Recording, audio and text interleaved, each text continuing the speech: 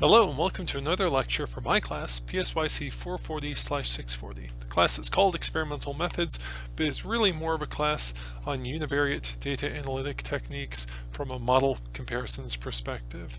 I'm a little bit tired and flustered, I gotta be honest with you, because I got almost all the way through recording this lecture before realizing that the mute key was engaged on my headset, so I'm having to repeat myself. Hopefully that means things will go a little bit more smoothly this time than they did last time, but I will admit to being a little bit tired and like I said, a bit frustrated, a bit flustered. All that being said, I am actually looking forward to this lecture because it's an interesting one, I think, or I hope. It's introducing simple regression, a topic that you've almost certainly encountered before in other classes, but hopefully I can do this, I can make this introduction in a way that sort of deepens your understanding of what regression is, how it works, some of the interesting issues that come up when we do regression analyses. Anyway, like always, I'm beginning with a webcomic. This one is from xkcd.com, and obviously it describes a relationship between two variables, and so it seems sort of appropriate for use ahead of our lecture today. Like I indicated before, this lecture is just an introduction to simple regression. But before I get really into it, I want to do a quick review from last time. Last time I talked a little bit about studying relationships between variables and trying to characterize those relationships in terms of both their direction and their magnitude. I introduced covariation, covariance, probably reintroduced it because you've almost certainly encountered covariance before, as a way of looking at that relationship between two variables, because covariance gives us the average amount of variation in one variable that is accompanied by variation in the other variable, and we compute that as something like the average of cross-product deviations. The extent to which as someone tends to deviate from the mean on one variable, they tend to also deviate from the mean on the other variable. So covariance is useful because it gives us a sense of the direction of the relationship between two variables. It doesn't always give us a really good sense of what the magnitude is. For that, we need to compute a correlation. Again, one of these topics that you've almost certainly encountered before. What maybe was new to you last time was recognizing or learning that correlation is just standardized covariation or standardized covariance. We're just giving covariance in terms of standard deviates, that is, in terms of units of standard deviation on each of our two variables. So we're taking covariance, dividing it by the product of standard deviation for our x variable, predictor variable, and our y variable, our outcome variable. And correlation, like I said just before, as I suggested before, is useful because, like covariance, it gives us a sense of the direction of the relationship between two variables, but it also gives us a sense of the magnitude of that relationship, because correlations can range from -1 up to 0 up to +1. And I also mentioned last time that correlations are handy because they are these kind of natural and I think relatively easy to understand indications of effect size. We have a sense of what a large correlation is and what a small correlation is in the context of psychological research. Anyway, so that's the review. Here's the overview of what we're going to get to today. I'm just going to introduce simple regression, describe some of the features of a simple regression, and then I'm going to give an example. So, introduction to simple regression. Here we have a humble scatter plot describing the relationship between two variables, our predictor variable on the x-axis, our outcome variable on the y-axis. The scatter plot is just all the different data points we have in our sample. Each one is a case that has a value for the x variable, the predictor variable, and the y variable, the outcome variable. The line is a regression line, and it is the model that is describing the relationship between these two variables. I like regression because I always like to think of regression as kind of an exercise in predicting the future, or if not technically the future, it's a way of using a model if we want, to describe values on the outcome variable, to make predictions about the types of values that people would have or should have based on what our model, how our model works. In the case of the examples from today's lecture, we're going to be doing simple regression. That's just regressions in which there's one and only one predictor variable. In future lectures, we're going to get very quickly into multiple regression. Those are regressions in which there are two or more predictor variables. Quick note here, sometimes people call multiple regressions multivariate regressions. This is a mistake, I believe, because multivariate analyses, generally speaking, are analyses in which there is more than one outcome variable. And pretty much all the analyses we'll do in this class, except at the very end of the semester, are all univariate analyses. They're all analyses in which there's one and only one outcome variable. Now, there may be more than one predictor variable, and if there are, we're doing multiple regression, or factorial ANOVA, which is just a way of doing multiple regression with categorical predictors, but that's for Unit 3. Anyway, moving on.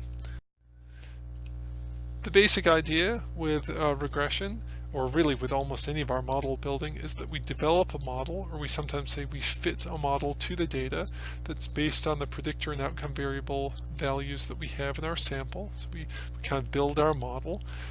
We can represent it geometrically as a line. We can represent it kind of algebraically as a regression formula. You can kind of see at the very top there. And then if we want, we can apply the model to describe or to predict or to estimate values on the outcome variable that we don't have. So for instance, we might be studying the relationship between alcohol use and depression. So we gather a sample of people and we administer questionnaires to measure their level of alcohol use, like number of days in a given week that you tend to drink alcohol as a predictor, and an outcome variable is some sort of measure of depression, like Beck Depression Inventory Score or something like that. We fit a model to the data, that is, we find the line which best describes that scatter plot, or we compute an algebraic model for that regression line. And then if we were to describe this work to a colleague of ours, maybe a clinical psychologist in practice, he or she might say, oh wow, really fascinating. You know, I have this client and she drinks 14 drinks per week. What was her level of depression? Or what do you think her level of depression would be based on your model? Now, we may not have in our data set someone who drinks 14 drinks per week, but we can use our model to predict what the person's level of depression who does drink that much should be. Now, our prediction is almost certainly not going to be perfect, but it might be pretty good. And that's something we can do with a model like this. We can make a prediction about data that we don't have. But before we get there, we have to fit the model to the data. That's kind of the first step. And so if you kind of visualize data, at least in this simple case, as a scatter plot of value, of dots on a two-dimensional plane, each one has a value for the x variable and the y variable. There are, of course, many different models that could fit that data. There are an infinite number of lines which we could draw through that cloud of dots, and all of them would have different amounts of error associated with them. All of them would have different amounts of aggregate kind of missing of the data points. Now, clearly, we want to pick the model that has the least amount of error, and as we'll see a little bit later on in this lecture, there's a mathematical method called the method of least squares that helps us to do this. We don't really directly use this method. It's more kind of working behind the scenes in Excel or in SPSS, but just be aware that it exists. And particularly, we're picking the model that has the best fit or the least error with the constraint that that model must be a straight line, that is a rectilinear line. Now, of course, if we're thinking about all the different types of lines that could pass through a cloud of dots or a scatter plot of dots on a two-dimensional plane, some of those lines would be straight, some of them would be curved. We are going to, for most of our analyses, exclude the possibility of curvilinear relationships between predictor variables and outcome variables. This may be kind of a mistake on our part, because arguably a lot of things in nature have curvilinear relationships, but a lot of the analyses we do in psychology and in related sciences, we kind of assume that these relationships can be understood as rectilinear lines, straight lines. So we're kind of excluding curvilinear relationships, at least for the most part, and then saying among all the still infinite number of straight lines that can pass through our cloud of dots, which one is the one that passes through in such a way as to have the smallest amount of error. Now, once we find that line, or rather once Excel or SPSS or whatever our stats program is finds that line for us, we can describe it. And we can describe it in terms of two features which I'm sure are familiar to you. If you think all the way back to like high school, or maybe even it was like junior high math class, you probably remember y equals mx plus b as the formula that describes a line on a two-dimensional plane. Something that looks a little bit like this. Well, we're using those same elements to describe our model in the case of our simple regression. We have to describe the gradient or the slope of that model, and we have to describe its intercept, that is where the model crosses the vertical axis, where the line crosses the vertical axis. And these two features, slope and intercept, are really, really important, because if you know slope and you know intercept, you've perfectly described the line.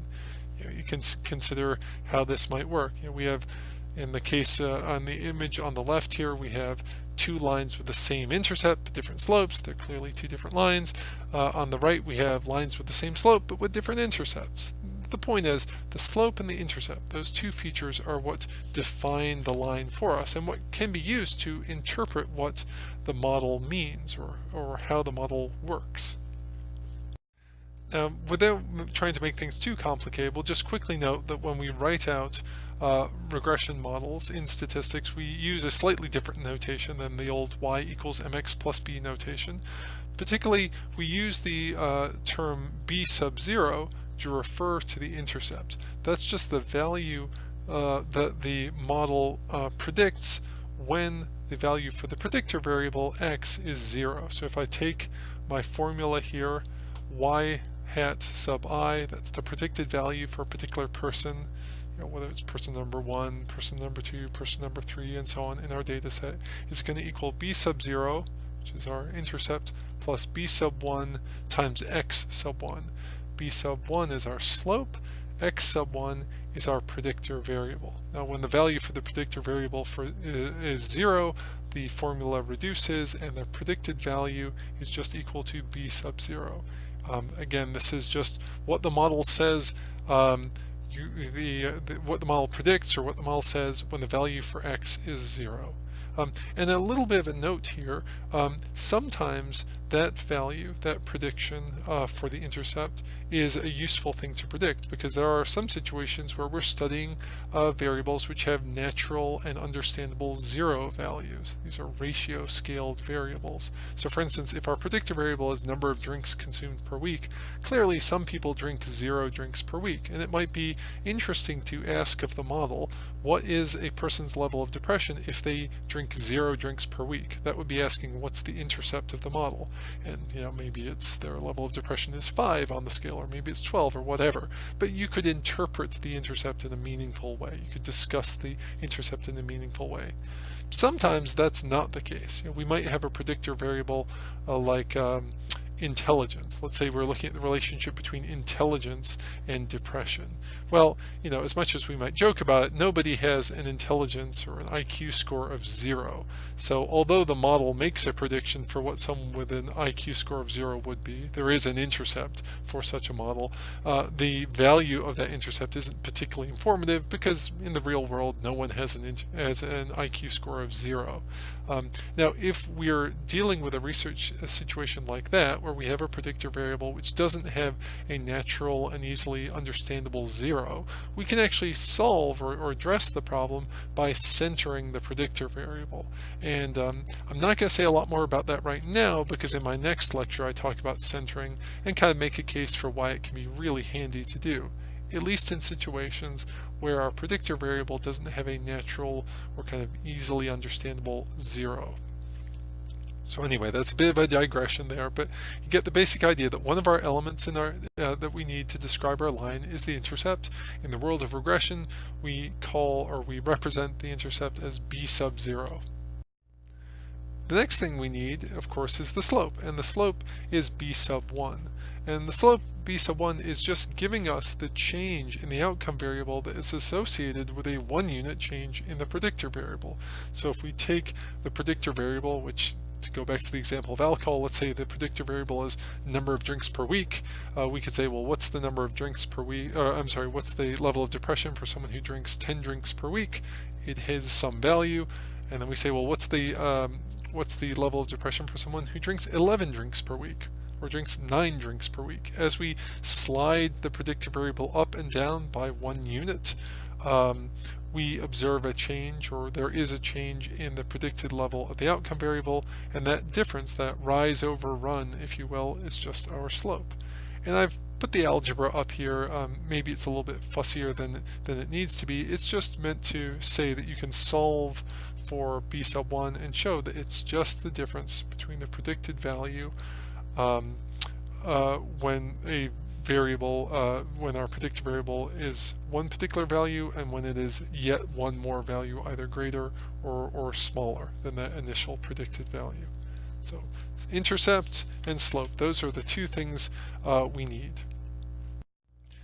And like I said before, we want the line which fits the data the best. We want the one which fits the data with the smallest amount of aggregate errors, deviations, residuals. You know, to express this quantitatively, we could say we want the line with the lowest sum of squared errors. How do we find that line? How do we figure out which one is perfect?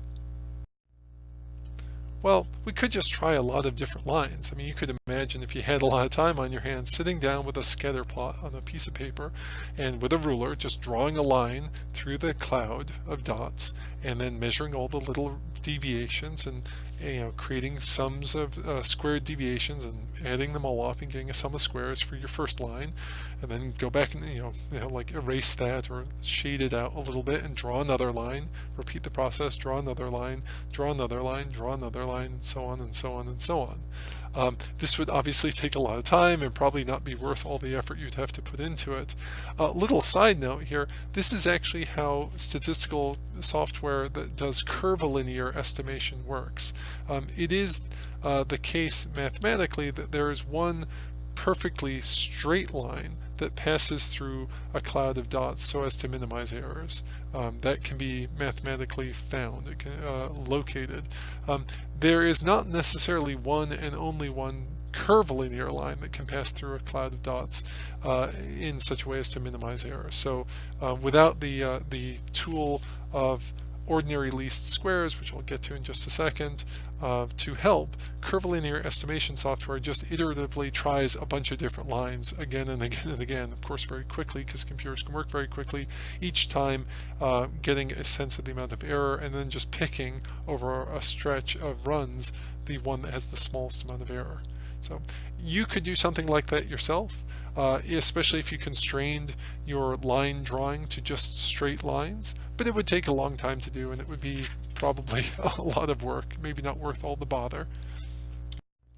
Especially because there is a mathematical method that comes to us from mathematical statistics called the method of least squares, or it's sometimes called ordinary least squares. And it's kind of like the engine, if you will, that runs in the background in Excel or SPSS or whatever to find the line, the straight line that passes through the cloud of dots the best way, that is, the way that minimizes error the most. And we don't need to get into OLS right now, and to be perfectly honest, I'm not probably all that well qualified to describe all the complexities of it, but suffice it to say that it does exist, and it's essentially how your computer program finds that one regression line, how it figures out the slope and the intercept of that line. Now, in the case of simple regression, you can actually compute slope and intercept yourself by hand, and it's not actually as hard as you might think. For instance, the slope in a simple regression, that is a regression where we have one and only one predictor variable, can be found by taking the covariance of the predictor and the outcome variable and dividing it by the variance of the predictor variable. And that just gives us the slope. How much the covariance, what's the covariance in terms of the variance of the predictor variable. And once you have that value, once you have b sub 1 figured out, you can substitute in b sub 1 into the second formula there and solve for b sub 0, which would give you the intercept. Now you can do this in the case of simple regression, again by hand. You could even just do it on a piece of paper. once we get to multiple regression, where we have more than one predictor variable, it's very difficult to work out by hand these values. So that's the point at which I just say, aha, Excel, SPSS, you figure it out for me. I trust you, which maybe is a good thing, maybe it's not such a good thing. Anyway, let's assume that you, either working by hand or using Excel or SPSS, have found the slope and the intercept for your line that passes your model, that passes through the cloud of dots, and you know it's the best model in terms of minimizing error, but you still might wonder, how good a fit is it? How much have we minimized error? Well, this is where we get into model comparisons, this theme or this idea that I've been talking about repeatedly over the last many lectures. We can take our model, which we'll call the augmented model because it uses a predictor variable, it's the one on the right there, and we can compare it to a compact model, specifically a model which is based on just the mean of the outcome variable. And this is like saying, look, if there is a relationship between the predictor variable and the outcome variable, then that relationship is expressed by the augmented model. And if there is no relationship between the predictor variable and the outcome variable, then the best guess or the best model for the outcome variable is just the simple mean of the sample. And that's the compact model, which you can see on the left there. And we can compare the two and see which is better, which has less error. Is the augmented model, or does the augmented model have significantly less error than does the compact model? So is the augmented model a better fit for the data than the compact model, which is just the mean of the outcome variable? This prediction that's based on just the average level of the outcome variable. This is the model that's associated with our null hypothesis, the hypothesis that there is no relationship between the predictor and the outcome variable. So if we wanted to describe the error in the compact model, we would just compute the sum of squares for the compact model. It's the amount of error in the compact model, just like we saw back in Unit 1. We can make our next model, which is based on our predictor variable x sub 1. This is the augmented model, and it's the one that's associated with our alternative hypothesis, the hypothesis that there is some non-zero relationship between the predictor variable and the outcome variable. And of course here we can compute the sum of squares for the augmented model. That's the amount of error that's associated with the augmented model. So we've got two errors. We've got error for the compact model, error for the augmented model. We can see how much of an improvement in fit there is to the data when we switch from the compact model to the augmented model. If we want to represent that numerically, we just use our friend, the sum of squares error reduced. That's just the difference in the error between the compact model that allows for no relationship between the predictor variable and the outcome variable, and the augmented model, which allows for some relationship between the predictor variable and the outcome variable.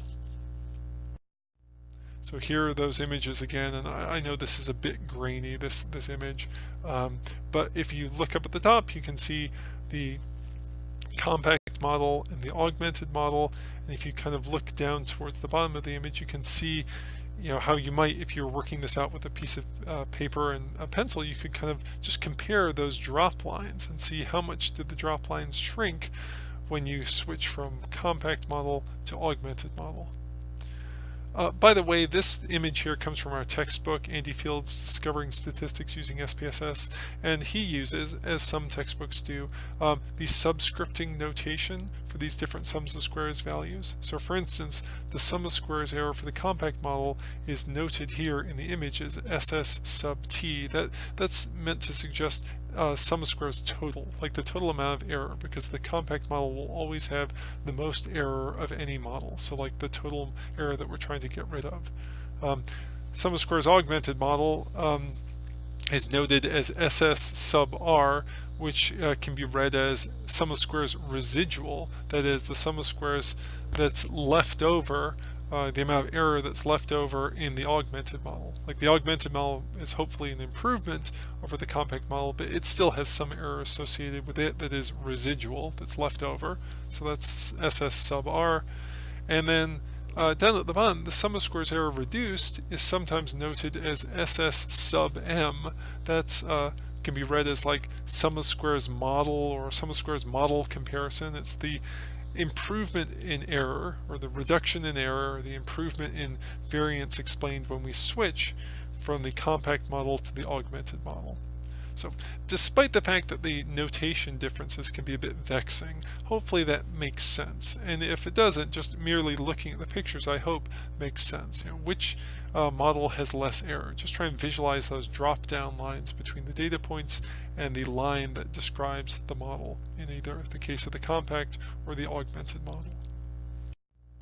Continuing to think somewhat visually about this, we could think of sum of squares error for the compact model as being the total amount of error that needs to be explained, the amount of error that's in that compact model. Some amount of that is reduced by switching to the augmented model, like some amount of that error gets chewed up, and there's some amount of it left over, or residual, in the augmented model. Now clearly, if model A makes a better prediction than model C, then there's going to be less error. What we'd like to see is a situation where the sum of squares error reduced, so SSR, is relatively large relative to sum of squares error in the augmented model. Like, that would be a good situation to be in from the perspective of the data analyst. You've explained a lot of the variability in the outcome variable, you've reduced a lot of error in the outcome variable by switching from a compact model, which had no predictor variables in it, to an augmented model which had, in this case, one predictor variable in it. Now, you've encountered this calculation before, and hopefully it's a little bit familiar to you, because sum of squared error reduced divided by sum of squared error for the compact model is just r squared. It's just the coefficient of determination, the portion of variance explained by the model, the portion of variance in the outcome variable that's associated with the predictor variable, in the case of a simple regression where there's one outcome variable, of course, and one predictor variable. Now, if that calculation looks a little bit familiar, it's because we've seen it before. R squared, the coefficient of determination, is equal to the proportional reduction of error. They're just two different terms for the same calculation. And I have a little pop-up R.A. Fisher head here talking about how much he loves proportional reduction of error. Salkind, the author of, or it's Salzburg, the author of Lady Tasting Tea, jokes at one point early on in his book about how one of the confusing things in math is how the same calculation can have different names in different contexts, and maybe this is a minor example of that. Whether you call it proportional reduction of error or R squared, it's the same thing. It's just the amount of error reduced when switching from the compact model to the augmented model as compared to the total amount of error that there is to reduce. That is the error in the compact model. So in addition, or I'm sorry, we will see in a few more slides when we get into our example, one thing we can do when we run a simple regression, or indeed any regression, of multiple regression as well, is we can compute a proportional reduction of error, or equivalently we can compute R squared, and try and describe how much of an improvement of fit we get by using the augmented model instead of the compact model. Another thing we can do is we can scrutinize some of the regression coefficients in our model. That is, we can take a look at what is the change in the outcome variable associated with changes in the predictor variable. That's just our, in this case of our simple regression, that's just going to be B sub 1. How much does, to use our earlier example, depression go up with each additional drink per week that the person has? Now clearly, if a parameter estimate, if a predictor variable is not a very good predictor variable, that coefficient, that B sub 1, is going to be close to 0. Like, yeah, you get a little bit more depressed, or the model predicts that you're a little bit more depressed if you drink one drink more, but not that much. We can actually see if we have a sort of a strong relationship or a relatively weak relationship by looking at the size of that regression coefficient. And SPSS and Excel and other stats enabled software will sometimes also give us a test of significance associated with each of our predictor variables. That is, testing whether each of those slopes is different from 0, or is it significantly different from 0, I should say. And most of these, at least in SPSS, are actually t-tests, and they follow the kind of the familiar format that we've seen with some hypothesis testing. We have the observed value for the regression coefficient, b sub 1, minus the expected value under the null hypothesis, which would be 0, divided by the standard error for the regression coefficient. And we don't need to worry about the computation of the standard error right now because SPSS or Excel will do it for us. So with that little bit of introduction and discussion out of the way, let's do a simple example. And I should say this is an example that comes from Andy Field's textbook, and I've used it over the years. I think it's a pretty good one. Imagine that you are hired to work for a music company, and your job or your task for them is to predict the sales associated with the release of a new album. So record labels will have new bands that they want to promote, they've recently signed or whatever, and they put behind each new band a certain amount of advertising budget to promote the new band and get people interested, and then they hope that people will buy a lot of albums, or I guess nowadays download or stream a lot of songs, and that will generate revenue. So the question is basically like, imagine we've got this new band. We want to know how big the sales will be based on our advertising budget, and we can't know what that will be ahead of time for this one band, but we can look back at the 200 previous bands that we've promoted, and for each of those we have an advertising budget, how much money was put into pushing their new album, and how much records were sold, or how many records were sold, or songs were downloaded. And I should say, because our author is British, the example here is in pounds. That's that little symbol there, like thousands of pounds of budget. And if you're enrolled in my class, you can download this data set in SPSS or Excel format from our Blackboard site. If you're not enrolled in my class, like I mentioned I think in my last lecture, you can, I'm pretty sure, just go to the website for the book, Discovering Statistics Using SPSS, and I'm pretty sure the author makes available all the data sets that he uses in the book, which are good to use. Get them and play along with me. All right, now often when I do statistical analyses, one of my first steps is to create some sort of pictographic representation of the data. And in this case here, in the case of a simple regression, it's really easy. We can create a good old scatter plot. And my goal for doing this is really at least twofold. One is just to generally get a sense of what the data looks like, kind of how it's distributed. But another, and this is an important one, is to look for outlying values, to see if there are weird outliers which might distort or bias some of the estimations that we're going to make when we construct our model. So in SPSS, how I would do this, you could do this too of course, is go to Graphs, Chart Builder, and then select from the sort of gallery of options the scatter dot graph, scatterplot graph. Pick from the options the simple scatter plot, and either double click that or kind of drag it into the workspace, kind of in the upper portion of the dialog box, and then drag into the appropriate axes the predictor variable, advertising budget in thousands of pounds, and the outcome variable, record sales in thousands of units. Once you've done that, if you hit OK, you'll get a scatter plot that looks a little bit like this. The only thing that I've done here, which you won't automatically have, is I've double clicked on the graph to open up the chart editor, and then using some of the buttons that are available in the upper margin of the sort of toolbar. Pardon me, yawn. Woof. Sorry guys. Using some of the buttons that are available for options, I've added a line that represents the linear regression for record sales regressed on advertising budget. That's our model, or our augmented model I should say. And I've also added a line to represent the mean on the outcome variable that is the compact model.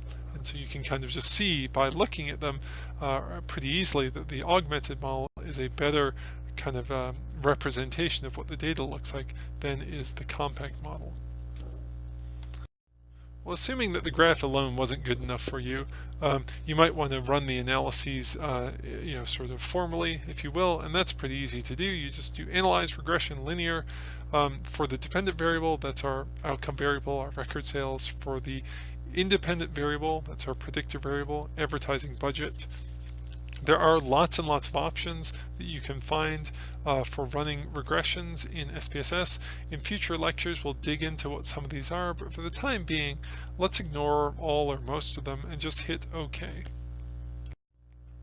Once you do that, you'll get a fair bit of output. It'll probably look something like this. Right at the top, there'll be a model summary. The model summary is telling us about the overall fit of the augmented model to the data. And we get a correlation, a value for R. In the case of a simple regression, that's just the correlation between the predictor variable and the outcome variable. In the case of multiple regression, it gets a little bit more complicated because it's the correlation between the outcome variable and a linear composite of the predictor variables, but it kind of gives us a sense of how correlated the variables are.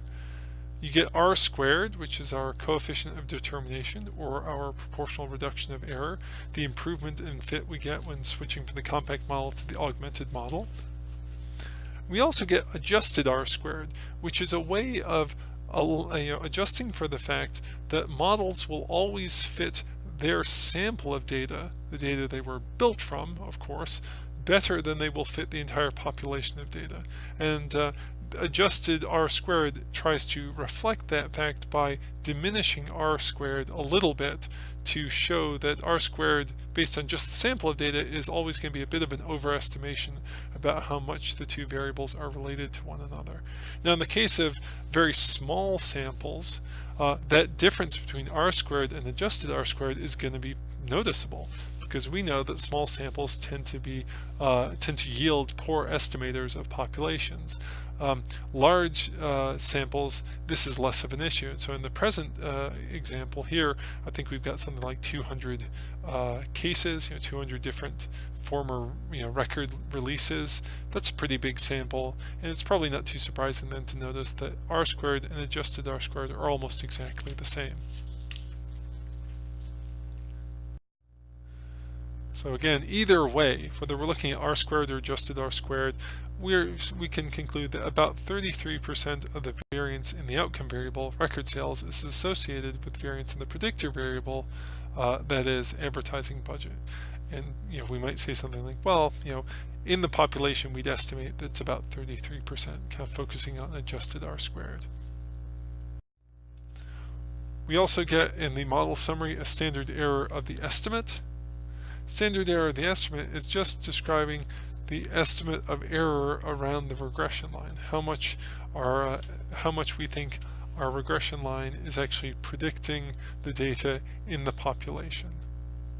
So it's not always, at least to my mind, really easy to kind of eyeball standard error of the estimate and get a sense of how large or how small it is, but there it is computed for us in case we need it for other calculations. Moving on, we get an ANOVA table, which if you're unfamiliar with regression in SPSS may come as a bit of a surprise, like, whoa, I thought we were doing regression, why are we getting this ANOVA table? Well, the ANOVA table is just a kind of a generic way to summarize the different sums of squares and mean squares that we use for, well, one approach to hypothesis testing. Here, about the only thing tricky is just the notation of these different values. So we get sum of squares reduced, what SPSS calls regression. It's really just the amount of error reduced when we switch from the compact model to the augmented model. We get sum of squares error in the augmented model, what SPSS calls residual. That's just the amount of error left over after we switch to the augmented model. However good the augmented model is, it's not going to be perfect, so there's always going to be a little error left over. And then we get sum of squares error for the compact model, which SPSS calls total, because in a sense it's the total amount of error that there is to be reduced, or variability that there is to be explained. And of course, each of these sums of squares have the corresponding degrees of freedom associated with it. And we can use this information to make calculations of mean squares for the mean squares error reduced and the mean squares error for the augmented model, and then divide the one by the other, and we get the F statistic. And F statistic here is huge. It's almost 100, which we know is going to be statistically significant. If we ask what's the p-value associated with that massive F, it's very, very, very, very small. So it's this is a statistically significant relationship here, and that kind of makes sense. Further on down, we have a table of regression coefficients. There's the constant b sub 0 and the slope b sub 1.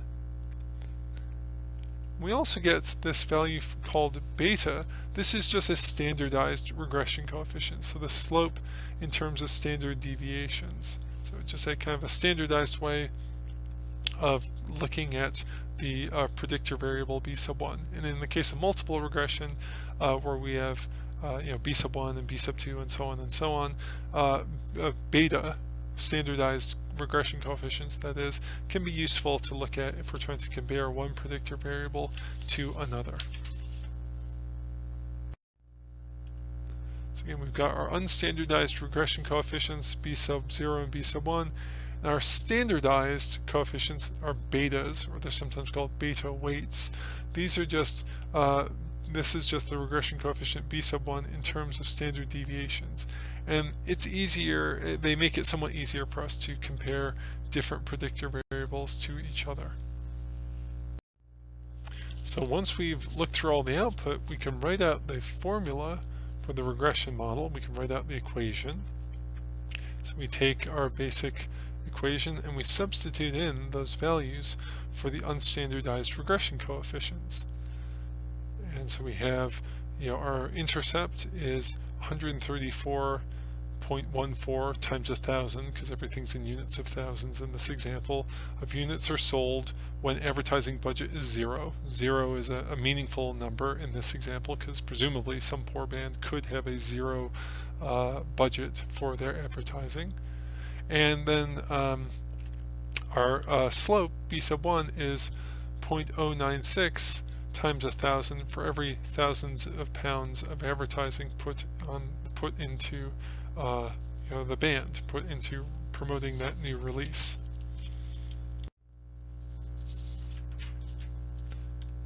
So we could apply the model to predict the sales for this new band. So let's say we have a new release that's going to be promoted with 100,000 pounds of advertising. That would be 100 times 1,000. And we just take our model and we substitute in 100. We do the math, and we'd expect that we get about 144,000 units sold. Again, because we're doing everything in units of 1,000. Not so bad, I guess. 144,000 units. I'm not sure if that's good or bad. I guess it doesn't seem very good. It seems like not a lot of sales for $100,000 or 100,000 pounds of promotion, but then again, I don't really know anything about the record industry.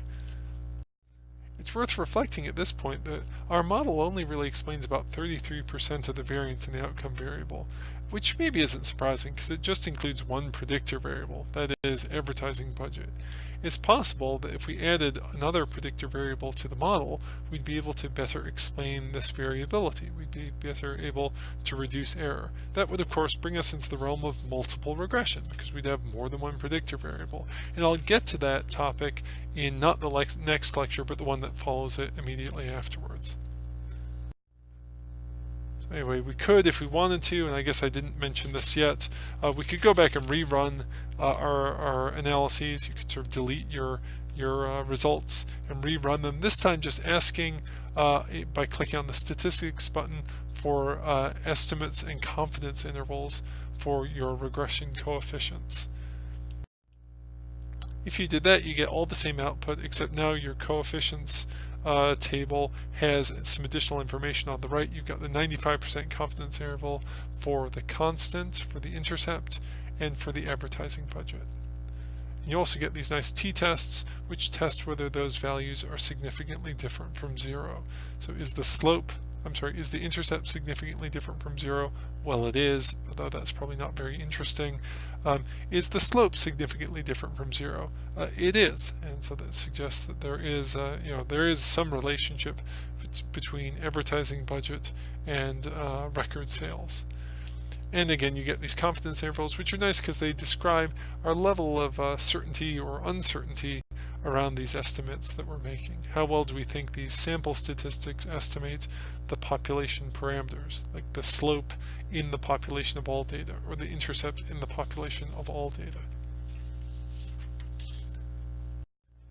Okay, so as we wrap this up for today, here's just a simple practice example. And if you're enrolled in my class, you have access to this data set. If not, you could pretty much download any other simple data set and try to just play along. Imagine you're a clinical psychologist studying marijuana use. You're doing a simple non-experimental design where you have a predictor variable that is marijuana use, number of days in the last month, let's say, that people used, and an outcome variable which is anxiety, operationalized as the trait level score on the state trait anxiety inventory. So you're trying to predict anxiety for marijuana use.